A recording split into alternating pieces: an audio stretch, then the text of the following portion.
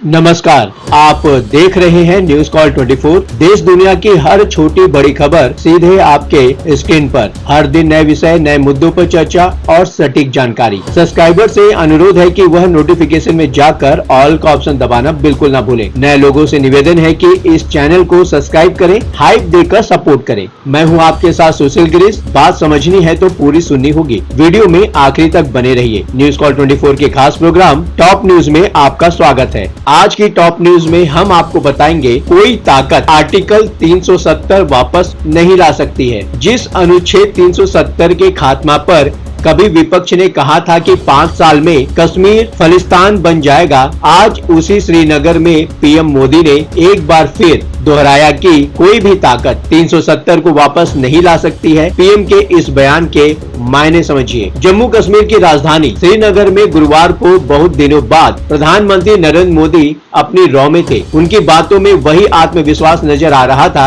जिसके लिए वो जाने जाते हैं। जिस कश्मीर में जाने से कभी यूपीए सरकार के दौरान देश के गृह मंत्री रहे सुशील शिंदे तक डरते थे, आज वहाँ हजारों कश्मीरियों के तालियों के बीच मोदी दहाड़ रहे थे। पीएम ने जम्मू कश्मीर में कटरा और श्रीनगर में जनसभा को संबोधित किया और दहाड़ते हुए कहा कि ये यानी कि पाकिस्तान और भारत के कुछ राजनीतिक दल सब मिलकर जम्मू कश्मीर में आतंकवाद फैलाना चाहते हैं, लेकिन कोई ताकत 370 वापस नहीं ला सकती। पीएम का यह बयान हो सकता है कि उनकी पार्टी बीजेपी के लिए नुकसानदायक साबित हो, पर देश के लिए महत्वपूर्ण है। उनका बयान यह भी साबित करता है कि देश में बड़ा चुनाव जीतना ही नहीं हो सकता। कश्मीर घाटी में पीएम मोदी के इस दहाड़ के कई मायने हैं। पहला, पाकिस्तान अब कश्मीर को भूल जाए। श्रीनगर के शेरे कश्मीर स्टेडियम से पीएम मोदी का चैलेंज पड़ोसी पाकिस्तान के लिए सबसे महत्वपूर्ण है। पाकिस्तान को यह समझ लेना चाहिए कि अब उसकी दाल यहाँ नहीं गलने वाली। पीएम ने पाकिस्तान के डिफेंस मिनिस्टर आसिफ ख्वाजा के बयान को भी निशाने पर लिया। जियो टीवी को दिए गए एक इंटरव्यू में ख्वाजा आसिफ ने कहा कि हम अनुच्छेद 370 पर कांग्रेस गठबंधन के रुख से सहमत हैं। मेरा ख्याल है कि ये संभव है। कांग्रेस और नेशनल कॉन्फ्रेंस दोनों की ही महत्वपूर्ण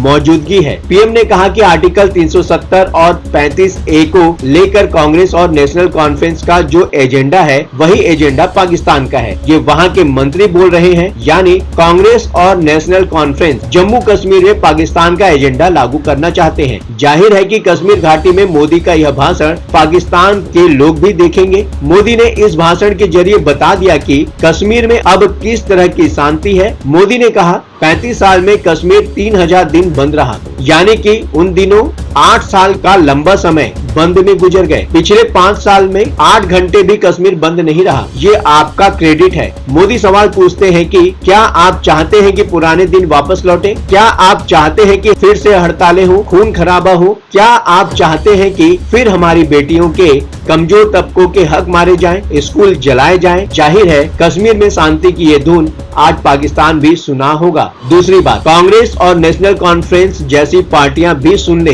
कांग्रेस और नेशनल कांग्रेस जैसी पार्टियां जो अनुच्छेद 370 की वकालत करती हैं, उन्हें भी पीएम ने अपरोक्ष संदेश दिया है कि किसी भी हालात में यह वापस नहीं होने वाला है। उन्होंने कश्मीर की जनता को यह समझाने की कोशिश की है कि इन पार्टियों की डिमांड वही है जो हमारा पड़ोसी देश पाकिस्तान चाहता है, और पाकिस्तान की मंशा कभी भी भारत में शांति कायम करना नहीं रहा है। उन्होंने कहा है कि कांग्रेस और नेशनल कॉन्फ्रेंस को लेकर पाकिस्तान में बहुत उत्साह है। वहाँ इन दोनों पार्टियों की बल्ले बल्ले हो रही है। इनके घोषणा पत्र से पड़ोसी देश बहुत खुश हैं और ये सब मिलकर जम्मू कश्मीर में आतंक फैलाना चाहते हैं। मोदी ने कश्मीर अवाम को समझाया कि आज जो कश्मीर में काम हो रहा है वो पहले भी हो सकता था। आज जो ईंट पत्थर आपकी रोड घर बनाने में लग रहे हैं, उसका इस्तेमाल लोग दूसरी चीजों में करते थे। आज तीनों खानदानों के पास बताने के लिए काम नहीं, सिर्फ नाकामियां हैं। तीसरी बात, दुनिया जान ले कि कश्मीर अब लोकतंत्र की राह पर है। प्रधानमंत्री ने दुनिया को संदेश दिया है कि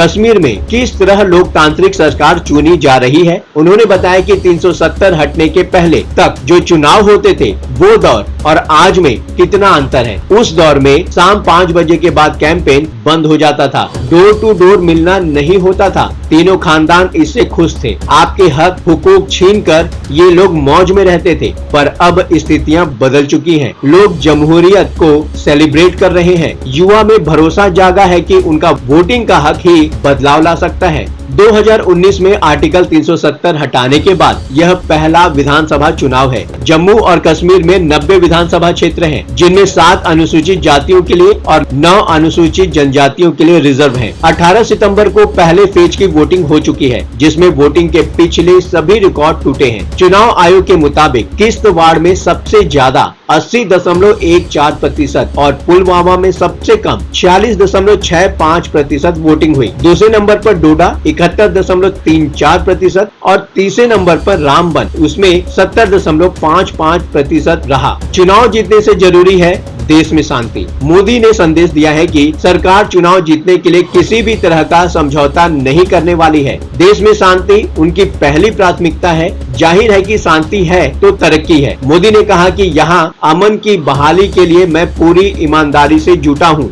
यहाँ स्कूल कॉलेज आराम से चल रहे हैं। बच्चों के हाथ में पत्थर नहीं बल्कि पेन और किताबें हैं, लैपटॉप हैं। आज यहाँ नए स्कूल, नए कॉलेज, मेडिकल कॉलेज, IIT ये बनने की खबरें आ रही हैं। मैं चाहता हूँ कि हमारे बच्चे पढ़े लिखे और ज्यादा काबिल बने, उनके लिए यहीं पर नए मौके बने। मोदी ने कहा कि मैं सिर्फ बीते 5 साल का हिसाब आपको देता हूँ। मोदी ने 50,000 बच्चों का दोबारा स्कूल में दाखिला करवाया। यहाँ 15,000 स्कूलों में प्री प्राइमरी क्लासेस शुरू की गई। इनमें आज 1.5 लाख से ज्यादा बच्चे पढ़ रहे हैं। यहाँ आज करीब 250 स्कूलों को PM श्री स्कूल्स में अपग्रेड किया जा रहा है। यहाँ कॉलेज बने हैं। जाहिर है कि कश्मीर में शांति है तभी ये विकास संभव हो रहा है। आपको क्या लगता है, आर्टिकल 370 कश्मीर में वापस आना चाहिए जैसा पाकिस्तान चाहता है, जैसा कांग्रेस चाहती है, जैसे वहाँ की पुरानी पार्टियां चाहती हैं, या फिर वापस नहीं आना चाहिए जैसा मोदी चाहते हैं, जिन तथ्यों के आधार पर वह बात कर रहे हैं। बातों ही बातों में मुद्दे की बात हो जाती है। अब आपकी बात नहीं रहेगी अनसुनी। आपकी सोच, आपकी सलाह और आपकी राय हमारे लिए मायने रखती है। कमेंट करके अपनी प्रतिक्रिया अवश्य दें। लगातार खबरों से अपडेट रहने के लिए चैनल को सब्सक्राइब करें, फॉलो करें। आज के लिए बस इतना ही। बने रहिए न्यूज़ कॉल 24 के साथ।